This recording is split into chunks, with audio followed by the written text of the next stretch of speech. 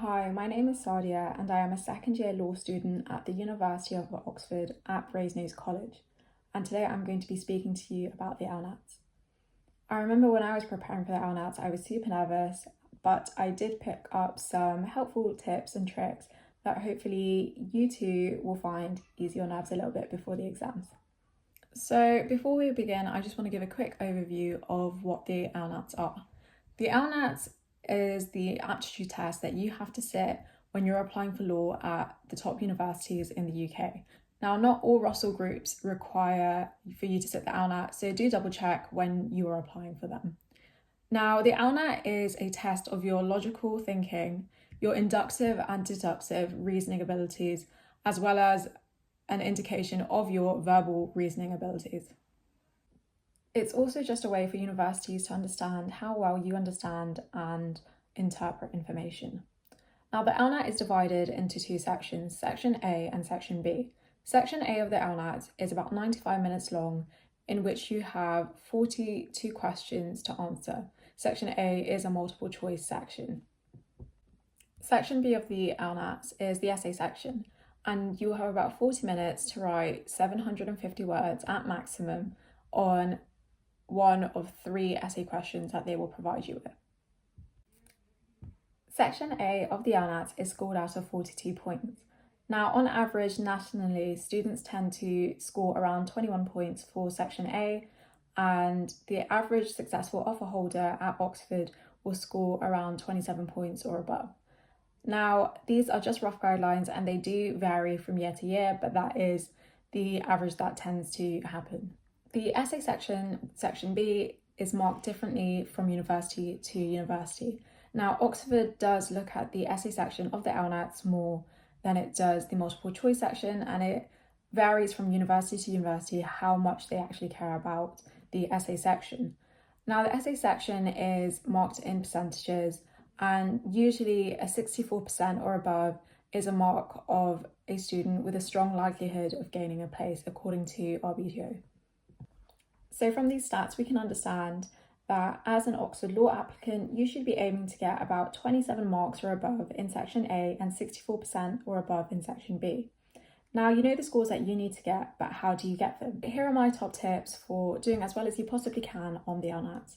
Now, I would recommend that you start preparing for the LNATs in early August. Starting any earlier than this usually means that you end up doing practice papers that are actually more valuable at a later date and don't tend to have much effect on you and your performance at the end of it.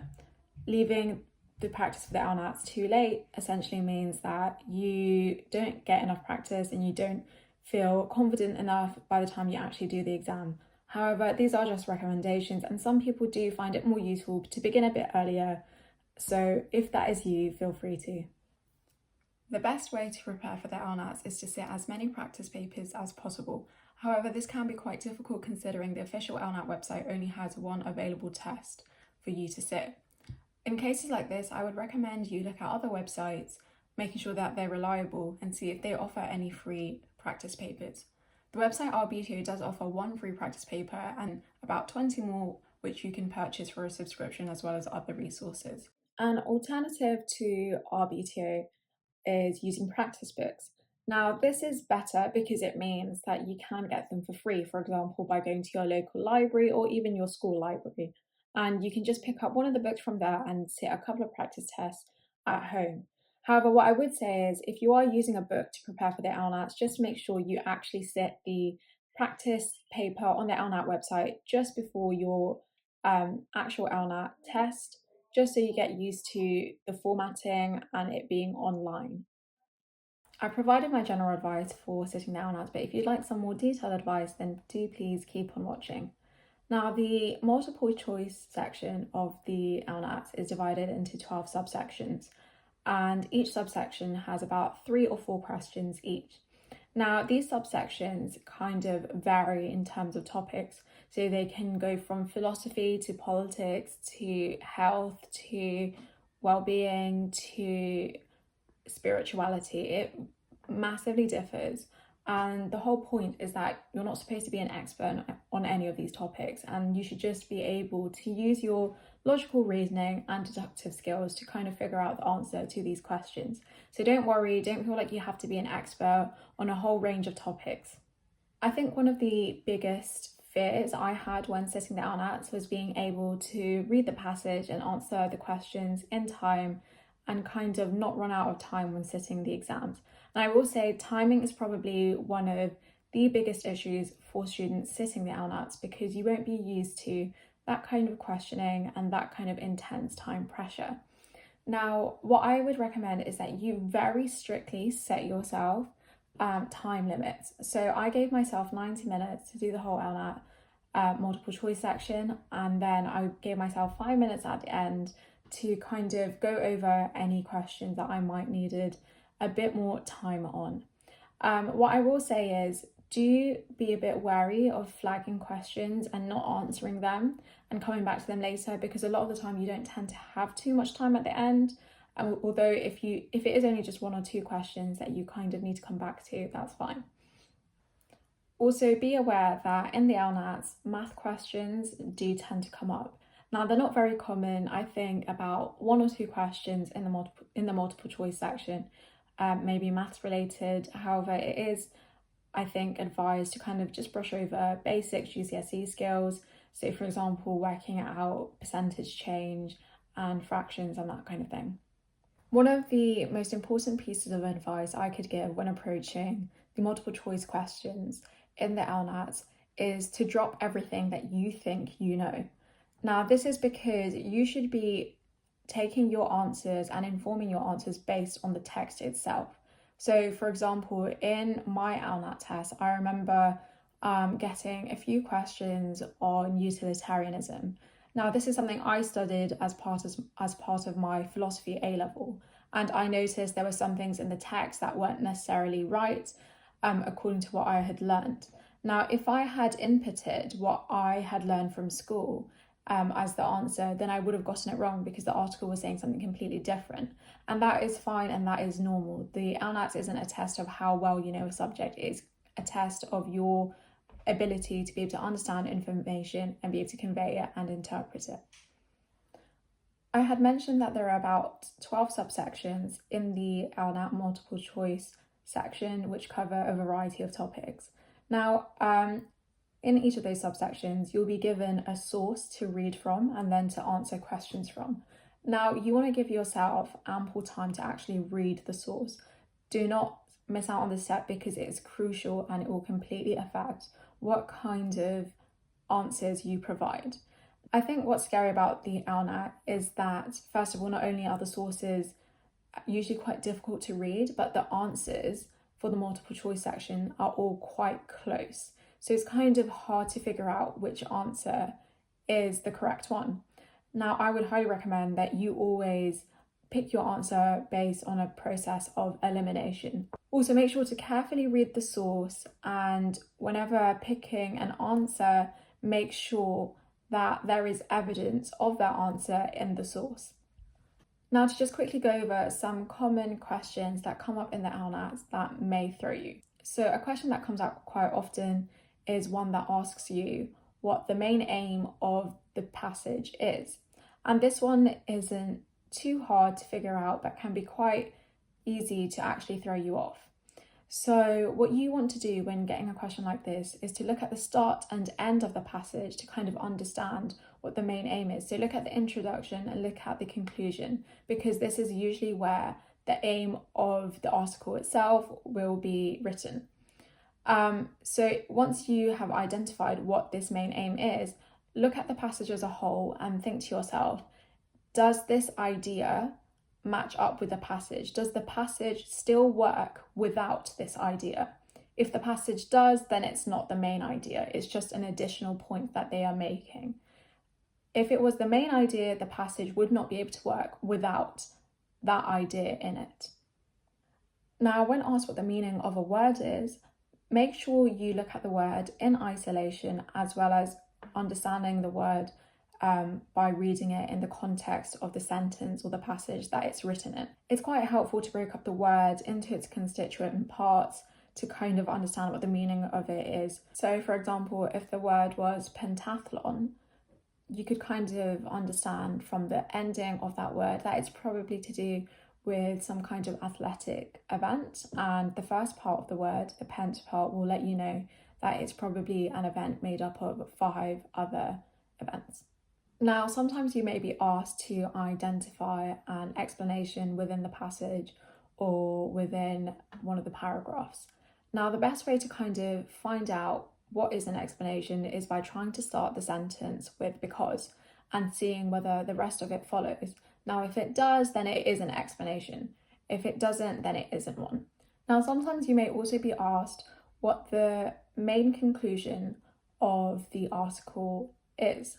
Now, when you're asked this kind of question, you want to differentiate between smaller conclusions and the main one. Like we had said earlier with the whole idea of what is the main point of a passage, what you want to do is, when identifying what the main conclusion is seeing if that article works without that main idea in the conclusion.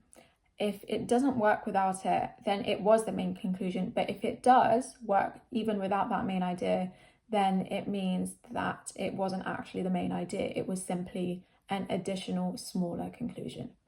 Something that LNATs will often do is to ask you to infer things from the passage, and this can usually be quite difficult to do. So what does to infer mean? Well, to infer something is to deduce or conclude something from the evidence and reasoning rather than from explicit statements. So when you're asked to infer something from the passage, remember you can only infer things based on the statements made in the text. So the best way to do this is to imagine that if you had picked an answer, you have to justify why you inferred this specific answer, and your justification has to come from the passage itself. So the general kind of framework for this would be, I can infer X from the passage because in the passage, the author states Y, which suggests Z. And if it aligns with this kind of framework, then it's usually highly likely that the answer that you have picked is the correct inference. Now, section B of the LNAT is the essay section, and here you will be provided with usually around 3 questions, and you will have a choice of which one of those questions you want to answer. Now, preparing for this section is actually easier than you might think. This is because really what you want to exemplify here is your ability to make a good argument, to show that you've got good essay structure, that you essentially know how to write an essay that is tightly focused on the question asked. Now, the kind of structure you want to follow in the essay section will vary depending on how you like to write your essays, and there is no one set way to answer an essay. However, if you are kind of stuck on how to structure your essays, then here is a format that is usually quite helpful for students. So in the introduction of your essay, what you want to do is first of all state your position on the topic or on the question at hand. And it's usually best to be either for or against. Of course, you can articulate to what extent you may agree with the question, but it's never a good idea to be just in the middle or to be impartial, because the whole point of the essay is that you're supposed to be able to show off your ability to construct an argument and to be persuasive. So once you've stated your position, the next thing you want to do is to define the key terms in the question. So sometimes the question may have a word that is quite ambiguous or very broad, and you may want to narrow it down for the purposes of your essay. Finally, what you want to do is map out the path of your essay. So essentially summarize what you're going to be talking about, highlight the kind of points you might be making, and what kind of counter arguments can be made against them. But you want to do this very briefly. Remember, you only have 750 words. I remember giving myself a word limit on my introduction. I think I gave myself about 75 to 100 words. And this was to ensure that I stayed within the 750 word limit. So once you've written the introduction, what you want to do is start making your points in favour of your argument. Essentially, what you want is 2 to 3 really good points in favour of your stance. If you find the PEEL structure, so point, evidence, explain, link structure for paragraph writing useful, do that. It's a very effective way to convey your point and to do so quite concisely. So remember, the 2 to 3 paragraphs you're writing in favour of your main argument should be the bulk of your word count. After writing your 2 to 3 paragraphs in favour of your stance on the question, you want to consider a counter argument to it. So just briefly explain what the counter argument is and make sure that this is a paragraph of its own. And again, you can follow the whole peel structure if you would like to. After making your counter argument to your main position on the question, make sure to undermine that counter argument, because what you don't want to do is provide a really strong counter argument that completely invalidates all of your points. You want to show why this counter argument and the opposing view is actually incorrect and why your view is the one that they should agree with. So provide a small paragraph underneath the counter argument just explaining why it's wrong and why it actually doesn't work and it is a flawed view. Finally, what you want to do is write a conclusion. Now, your conclusion does not have to be very long at all. I think mine was only a sentence, and it should just essentially summarize what your main position on the question is again. Now, remember with section B that you do have a 40-minute time limit and a word limit of 750 words. Now, what I found very useful was to spend about 5 minutes planning before I actually wrote my essay. And what this ensured was that I kind of stuck to what I was going to say quite strongly. So that's all of the advice I have, and I really hope that you found it useful. So good luck with the LNAT, and I hope you smash it.